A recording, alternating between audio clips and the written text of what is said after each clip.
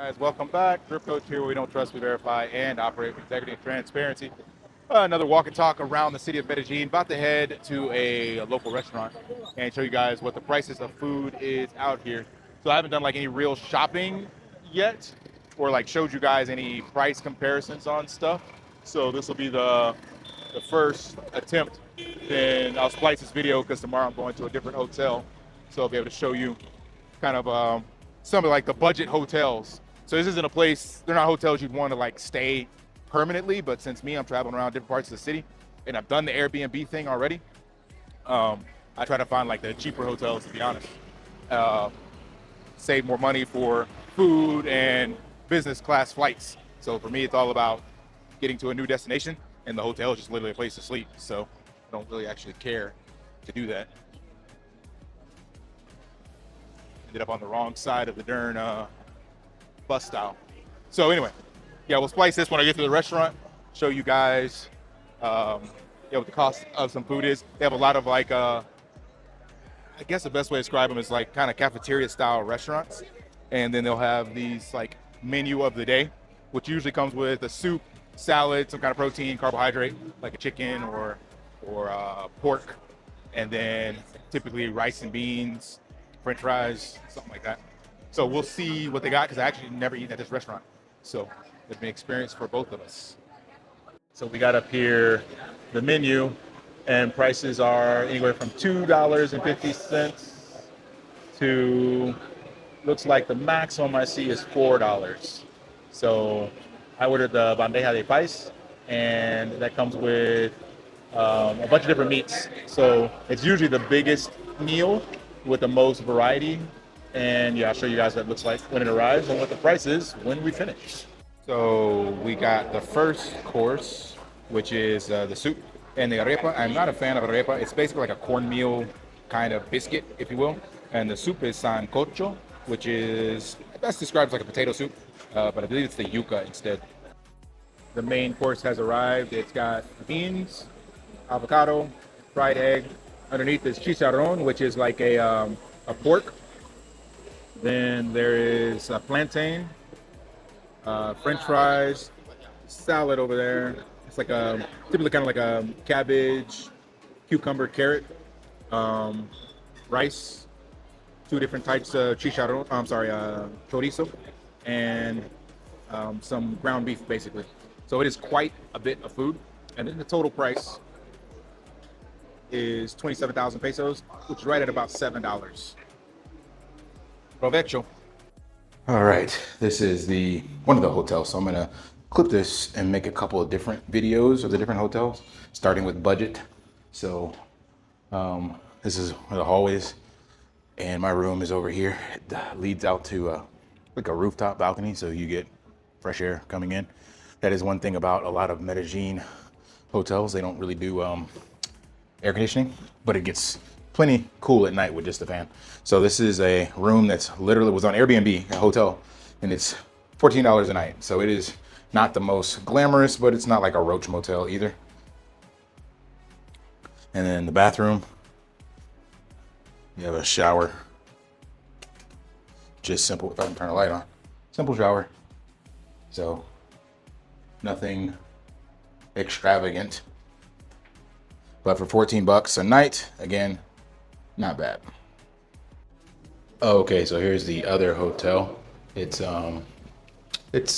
got a really high rating, but it only actually has it gives it a 2-star, but it's got some, plant life, outdoor or sunlight, natural sunlight, and the room is adequate. It's not, of course, the biggest room, but ironically, fun fact, this one was only $8 a day. So I've never seen a room where the sink is, on the outside like that. But the bathroom, really small. This is similar to like a small bathroom I had in Japan. Shower, toilet, sink, but all your bare essentials. So bed, 2 nightstands, like a desk, and a TV. So for $8 now, this was on trip.com, it was $8. You come directly to the hotel, it's $20 a night. So keep that in mind. So we're back in the park again. up at what I like to call my office up here on a balcony. And yeah, so that meal was $7, just under. And there's also, like I mentioned to you guys before, and I'll show you the hotel tomorrow, but just trying to give you a rundown of price. You can get hotels under $20, so we'll say the average, actually 25. This one over here, Nutibara, is a really nice hotel. And on the other side of that, there's the condos that they rent out, and those are really nice as well. Those were $25 a night. So the hotel is anywhere from 20 to 30, but the condos are 25. So let's just say if you want to be thrifty, you can pay $15 a night times 30, that's $450. We'll round the food up to 10, that's another $300. That's $750 for food and accommodations. And then cell phone is going to be another 10. We'll say 15 if you want to be modest. So what was that, 300, 450, 750 plus 15, 765. Additional transportation, we'll throw in 35. The bus metro system that I use, typically like $1 to $1.50, sometimes 50 cents per trip, like one direction. So we'll take that $35 for the month and put that in there. So that takes you up to $800. You got a cell phone, you got a place to sleep, you got food. So $800. And then entertainment, or I don't drink beer, but the beer is pretty cheap. Let's see, like that beer on this guy's table is $1. There's a big beer, I don't see anybody with it, that they share. There's a bigger one that's $2. I think it might be $2.50. And then I haven't been to any of the clubs or anything like that, but like just the local bars. So if you're gonna spend, say $5 to $10, we'll say 10 a night just on the weekends, that's another $25 a weekend. It's another $100, so now we're to $900. And you've had some drinks, you've hung out with friends, walked around, you got a place to sleep, you got a place to stay, things to eat. So yeah, definitely $1,000 is a bare minimum, I'd say, budget that you want to have out here. $1,500, you can definitely live quite the lavish lifestyle. $2,500, you're like at the top of the world. And again, if you want to get a apartment, depending on where you stay, those apartments are going to run you from $500 to $1,000 a month. But since I'm just bouncing around like a month to 2 weeks at a time, I just stick with the hotels. And also they do my laundry. That's also a plus. So if you stay humble stack sats, you can find living in a foreign country, especially Medellín, very affordable. End of the month, I'll be heading to Paraguay, Uruguay, and Bolivia. So we'll see what that's like, what the prices shape up around there. All right, so hopefully in all this clip, you guys have seen and understand a little bit about what's going on around here. So actually in this area that I'm at right now, it's a little more unsavory. See people like literally sleeping on the streets out here.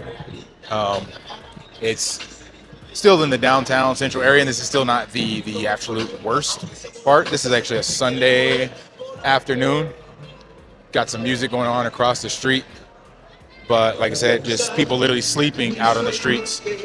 And yeah, even though you can get a hotel for, $8 to $10 a night, and then you can even share a room and get it cheaper, it's still a struggle for a lot of people out here. So while there's a lot of opportunities staying humble, stacking sats, and getting out of the Fiat Ponzi rat race, there are still many others that have less opportunity.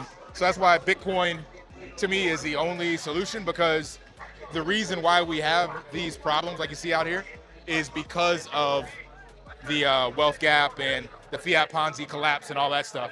So by creating an actual economy based off of proof of work, then you remove that ability to just print currency out of thin air, and everyone can contribute and then also be able to create a sustainable life for themselves, because it's not being inflated away by someone else stealing that economic energy and wealth.